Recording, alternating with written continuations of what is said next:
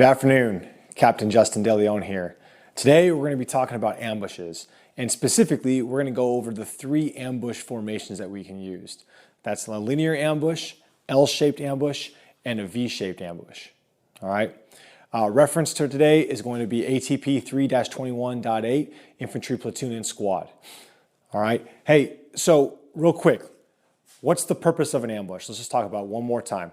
So an ambush, the purpose is to destroy personnel or equipment. All right. We are creating a kill zone, typically on a moving target, because that's when they're least secure, to destroy them. All right. A lot of times we use this against enemy supply chains, against enemy potential infantry, but a lot of times enemy's not going to maneuver on open routes or open avenues of approach that are susceptible to ambush. So a lot of times it's the enemy support systems. But the point is, a lot of times we can actually also use this as a blocking position. But this is in a very effective way to destroy enemy personnel and equipment. And again, always remember that an ambush is enemy focused. We're not here to seize terrain. We're here to destroy the enemy and then leave, as in there's a planned withdrawal as well. All right, so let's get into this. Let's first talk about linear. All right, so a linear ambush, kind of the straightforward ambush that we typically think of when we're doing one. All right, so we've got our road here. Now this doesn't have to be a road. It could be a, like a fire break. It could be kind of along a river even, some type of large avenue approach, some type of open terrain where someone's likely going to be moving down, okay? So we got our linear ambush set up here. And what we're going to typically do is we're going to set up a security element to the left, a security element to the right. And they're going to have two purposes. All right, so the first purpose of security, one, is to provide early warning.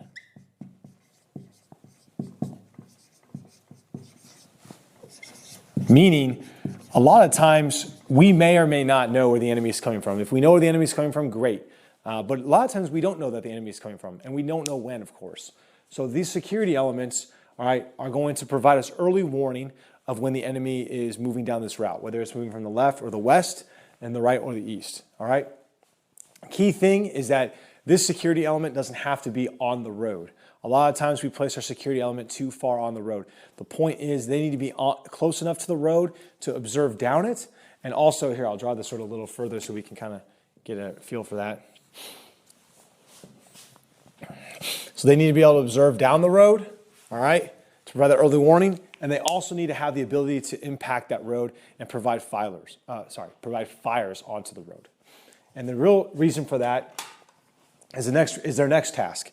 So their next task is once the ambush is initiated, they have to isolate the objective, right? Isolate, meaning nothing comes in and nothing goes out. So when actions are happening in the center of that objective, in the kill zone, that security element on the right and on the left is locking down each side of the objective. No one comes in, no one comes out, because we're most concerned about potential reinforcements coming in to help that element that's in our kill zone, or we're concerned that the enemy is going to escape the kill zone and move out. All right, and that security element can then stop them as well.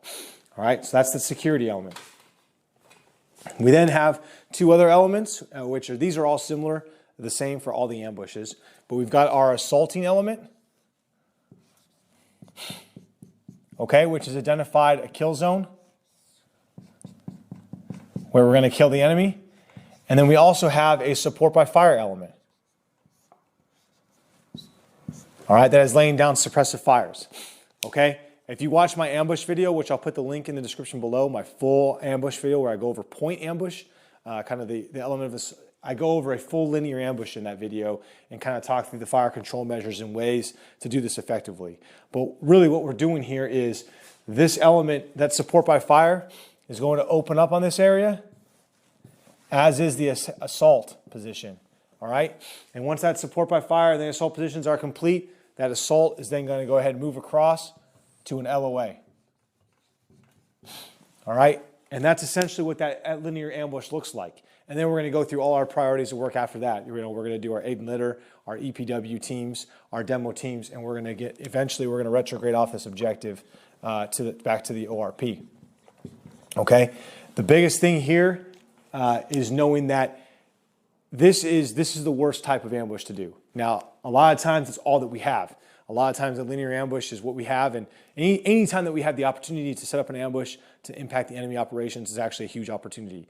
But the point is linear is the least effective, I would say, over the other formations. Although it can be very effective, it's less effective. So, and the point is that you only are shooting over this space right here. You really have to set those left and right parameters, and you really have to plan out your fires very well. So within these elements, let me kind of use a different color. Within these elements, you really have to use your fire control measures to ensure firers are firing across the entire kill zone and covering the entire thing. And it gets difficult, all right? Because soldiers want to shoot people, don't want to shoot down lanes, all right? So we have to control our soldiers and really put effective fire measures in there and get them disciplined to fire in those lanes. But the point is it can be very effective, but it is a little bit more difficult to destroy the enemy right away when you initiate that ambush. All right, that's kind of once over the world, kind of an example of what that linear ambush looks like. Okay, so let's move forward and let's talk about another type of ambush. All right, and that's going to be our L-shaped ambush. Now, in my opinion, this is the best type of ambush that we want to use. All right, L-shaped is what's going to give us the most effective fires on the objective and help us destroy the most enemy the quickest and most rapidly, I would say. So let's talk what this looks like. Instead of a straight linear road, we basically have a curve in the road. It could be an actual like legitimate turn, or it could be a curve. But for these purposes, we'll kind of draw it like more of like a curve. So let's say we're going this way and something like this. Now notice, if you come up on this area and it's been told to you that you have to do an ambush in this area, you could do a linear right here. You could put your right and left here and you could do a linear, all right?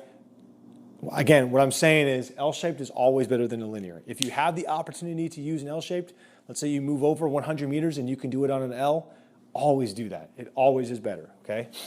L-shaped is more effective because you'll see here in a second, you have great crossfires. All right, so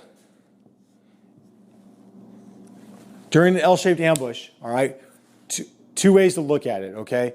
The biggest thing that we want to do is we want to assault over the shortest amount possible. So let's say our kill zone we've identified during our leaders recon, we're going to put our kill zone like right around here. All right? Again, I know this is probably looking like a linear ambush, but it's not. Okay? So we got our kill zone here. So that means we've got to have our security squad out here. All right? We got our left security out here. Again, providing early warning. And then once the ambush is initiated, they're isolating the objective. All right? And then another security squad up here doing the same thing. Looking up, looking there. All right? And that way, we absolutely know when the enemy's coming in. Okay? So we can also kind of assess here now where we want to assault across. We want to assault across, all right, the shortest amount possible. So we're going to want our assaulting element down here. So this is where our assault element is going to be, okay? And then the key thing, though, is our support by fire. So our support by fire, which typically, if we're doing a platoon operation, is going to have our 240s. If it's a squad, it's going to have a 249 in it. But again, if we're talking platoon, it's got those 240 Bravos, okay? Do we want our 240? We could put it over here. We could put it over here. But the point is actually, if you are able to use this L-shaped effectively, you can put your support by fire. Let me draw this and then get out of the way here so you can see. There. Okay? So we can see that our assault is shooting across the kill zone this way, and our support by fire is shooting down the entire road. Okay, now this requires some effective control measures to ensure that your support by fire does not shoot into your assault. So you definitely, this is going to have to be some lift and shift fires. A lot of times during a linear ambush, you don't need a lift and shift because they're shooting together. In this one, it's kind of that L-shaped where what you would see more in like a platoon raid or attack. So you're going to have to lift and shift fires. But the point is here, you give some type of control measure. Maybe they can't shoot past the left side of the road. But the point is, when you guys initiate, when that enemy element moves down here and is entering the kill zone, okay, and we initiate fires, this element is shooting down the road, okay? Again, what is a road? What's another name for it tactically? It's an LOA, all right? Or sorry, it's an LDA, I apologize. A linear danger area, all right? So it's a linear danger area because you can see so far down it. One, you can observe down it, but also you can fire down it. So we're going to use the linear danger area to our advantage, and we're going to use our support by fire and shoot down it. And what's that called is enfilading fire, all right? So we're going to use enfilading fire to fire down the avenue of approach. And it doesn't matter if the enemy comes from this direction or comes down this way. You're either shooting them in the chest or you're shooting them in the back as they enter the kill zone, all right? It's entirely appropriate. It's entirely acceptable, okay? So these guys open up. These guys open up. And now look at this. You have incredible crossfire in that kill zone. That kill zone is covered, okay? Now, obviously, you're using claymores as well. You could have a claymore here to initiate. You could even have a claymore angled here, going this way, however you want to do it. But this is incredibly effective, okay?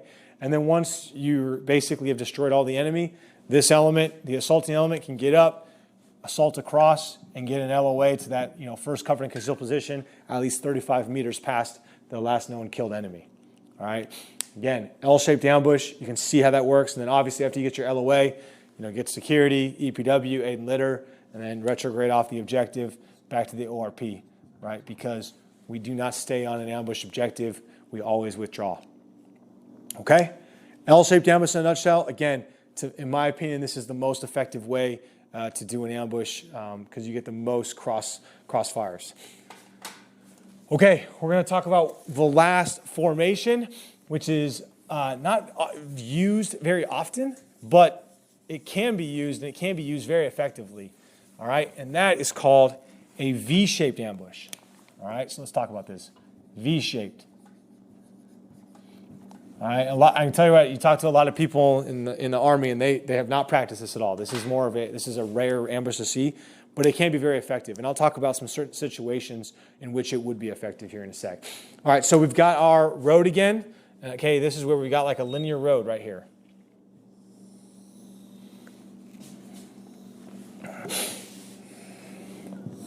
Okay, so we got our road. Now, typically to do this effectively, you need to have some terrain that you can use to your advantage as well, okay? If this was on flat terrain in the woods, it gets a little bit more difficult, but you can do it. Now, what I will say is a V-shaped ambush is also a little bit riskier because it requires that you be on both sides of the road. All right, you'll see what I'm talking about here in a sec, but that is riskier because that means that when you're doing your recon, you have to cross the road to recon both positions, and then you have to come back. And then when you're infiltrating to move into position, you have to have an element cross the road. So it's risky, okay? So you got to be pretty confident that you have control of that area when you're setting up your ambush, which is why this ambush is going to be most effective in a couple situations, again, which I'll mention here in a sec. But so ideally, the ideal situation for this ambush, again, you don't always have ideal, but ideal situation is these are contour lines. So you have some type of elevated terrain right here, and then you have the same thing on this side, all right?